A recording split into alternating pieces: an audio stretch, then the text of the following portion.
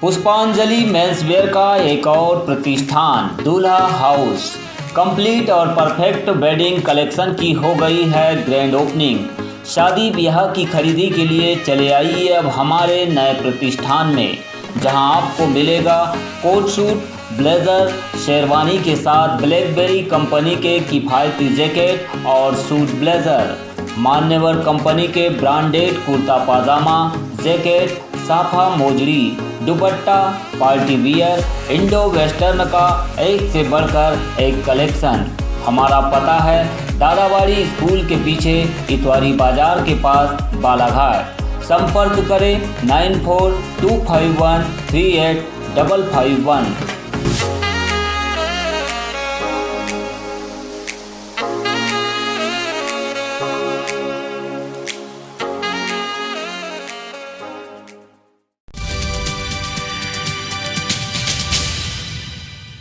नमस्कार, बालाघाट बुलेटिन में आप सभी का स्वागत है। मैं हूं यमलेश वंजारी। खबरों को विस्तार से देखने से पहले आइए नजर डालते हैं सुर्खियों पर। संकल्प दिवस के रूप में मनाया गया डॉक्टर बाबा साहेब आम्बेडकर का परिनिर्वाण दिवस। समता, स्वतंत्रता, बंधुता और न्याय के स्वर्णिम सिद्धांतों पर कार्य करने का लिया नागरिकों ने संकल्प। बालाघाट और गोंदिया की सीमा पर दिखाई दिया सारस पक्षियों का सम्मेलन। 20 से 23 की संख्या में एक साथ दिखाई दिए सारस। सेवा संस्था और बालाघाट टूरिज्म प्रमोशन काउंसिल के द्वारा जिले में की जाती है सारस पक्षियों की गणना। और नगरपालिका परिषद वारासिवनी में तत्कालीन अध्यक्ष के द्वारा आवंटित दुकानों को नियम विरुद्ध 2 मंजिला बनाए जाने को लेकर की गई शिकायत। मामले में कार्रवाई को लेकर उठाई गई है मांग। अब समाचार विस्तार से।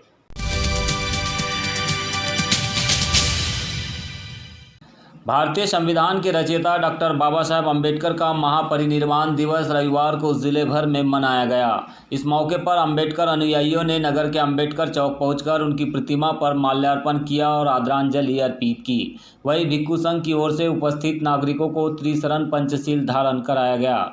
तत्पश्चात सभी नागरिकों ने डॉक्टर अम्बेडकर की प्रतिमा पर माल्यार्पण किया। नमो तस्स भगवतो अरहतो सम्मा संबुद्धस्स। नमो तस्स भगवतो अरहतो सम्मा संबुद्धस्स। बुद्धं शरणं गच्छामि। बुद्धं शरणं गच्छामि। धम्मं शरणं गच्छामि। धम्मं शरणं गच्छामि। संघं शरणं गच्छामि। संघं शरणं गच्छामि। द्वितीयंपि बुद्धं शरणं गच्छामि। द्वितीयंपि बुद्धं शरणं गच्छामि। द्वितीयंपि धम्मं शरणं गच्छामि। द्वितीयंपि धम्मं शरणं गच्छामि। द्वितीयंपि संघं शरणं गच्छामि। द्वितीयंपि संघं शरणं गच्छामि। तृतीयंपि बुद्धं शरणं गच्छामि। तृतीयंपि बुद्धं शरणं गच्छामि। तृतीयंपि धम्मं शरणं गच्छामि। सार्वजनिक जयंती समारोह समिति के अध्यक्ष मनोज चौरे ने बताया कि आज समूचे देश में डॉक्टर अंबेडकर का 64वां महापरिनिर्वाण दिवस संकल्प दिवस के तौर पर मनाया जा रहा है। इस मौके पर डॉक्टर अंबेडकर के मिशन समता, स्वतंत्रता, बंधुता और न्याय के सिद्धांतों को साकार करने के लिए लोग संकल्पित हो रहे हैं। उन्होंने यह भी कहा कि सामाजिक, आर्थिक और राजनीतिक भागीदारी के आंदोलन के लिए समाज में एकरूपता की जरूरत है। इस पर भी विभिन्न संगठन कार्य कर रहे हैं।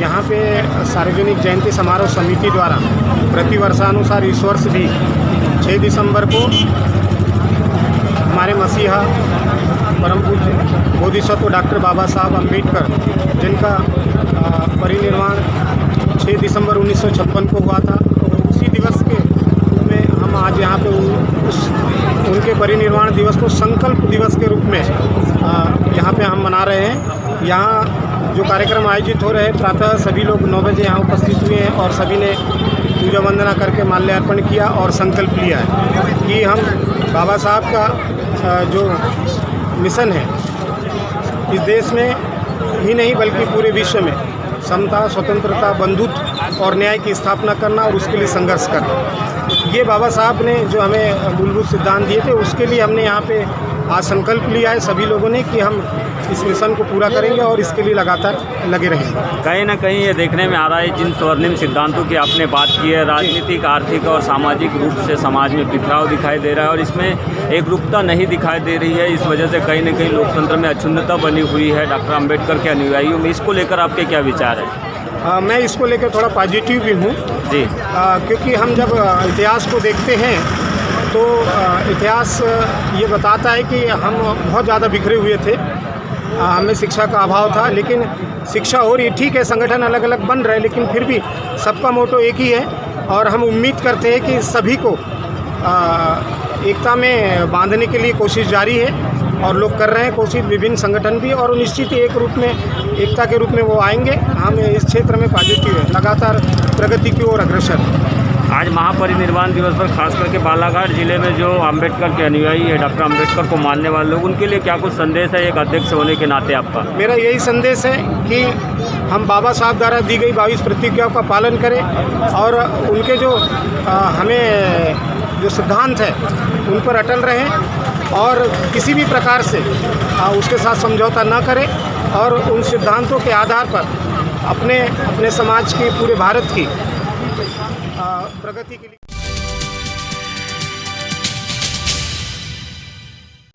बालाघाट और गोंदिया जिले की सीमा पर प्रेम के प्रतीक माने जाने वाले को सारस सम्मेलन कांग्रीगेशन कहा जाता है। इसमें अलग अलग स्थानों से आए इन पक्षियों का आपस में परिचय होता है। नए पक्षियों की नर एवं मादा की जोड़ी तैयार होती है। वे इस दौरान गीत, संगीत एवं नृत्य महफिल जमाते हैं और जोड़ी बनने के बाद अपने अपने स्थानों पर चले जाते हैं। खास बात यह होती है कि एक बार जोड़ी बनने के बाद सारस पक्षी आजीवन जोड़े में ही रहते हैं।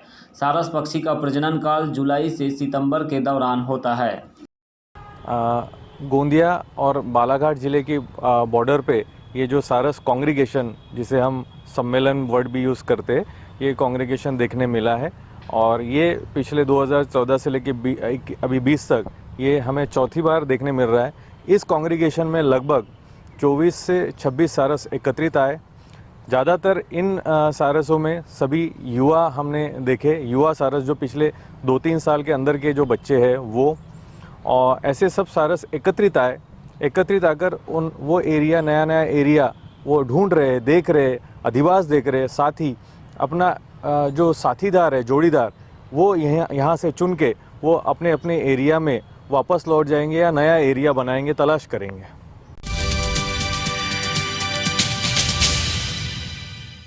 नगरपालिका परिषद वारासिवनी में तत्कालीन अध्यक्ष स्वर्गीय कस्तूरचंद वर्मा के कार्यकाल में किराए पर आवंटित दर्जनों दुकानों को बिना अनुमति के हस्तांतरित किए जाने का मामला सामने आया है। कुछ व्यापारियों ने इन दुकानों को अपने नाम पर हस्तांतरित करने के बाद नियम विरुद्ध पक्का निर्माण करते हुए 2 मंजिला कॉम्प्लेक्स भी तान दिए हैं, जिसकी शिकायत वारासिवनी निवासी आनंद ताम्रकार ने एसडीएम और नगरपालिका सीएमओ से की है। शिकायत के बाद मामले को लेकर नगरपालिका प्रशासन और अनुविभागीय अधिकारी के कान जरूर खड़े हुए हैं, लेकिन अभी तक नियम विरुद्ध बनाए गए इन व्यावसायिक प्रतिष्ठानों पर किसी भी प्रकार की कार्यवाही नहीं की गई है।